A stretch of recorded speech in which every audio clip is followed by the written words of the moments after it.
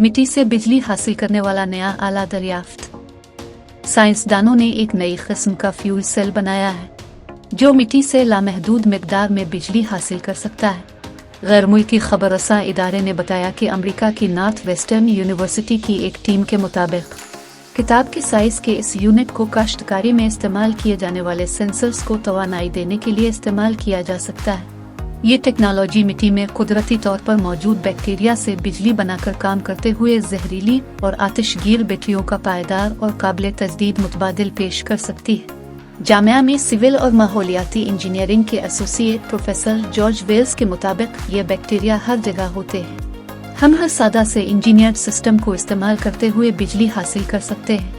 इस बिजली को शहर में तो फराहम नहीं किया जा सकता, लेकिन कलील मिकदार में हासिल होने वाली बिजली से कम ताकत वाली अशिया चलाई जा सकती है। ये माइक्रोबाइल फ्यूल सेल MFC 113 साल पुरानी टेक्नोलॉजी पर मबनी है, जिसको पहली बार बरतानवी नबातियात दान माइकल क्रिसपोटर ने बनाया था। माइकल वो पहले शख्स थे जिन्होंने माइक्रो हयातियात से कामयाबी के साथ बिजली बनाई थी।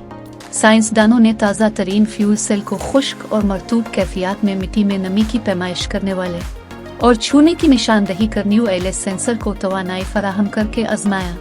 फ्यूल सेल ने इससे मशाबे टेक्नोलॉजी की निस्बत 120% बेहतर नताइज फराहम किए।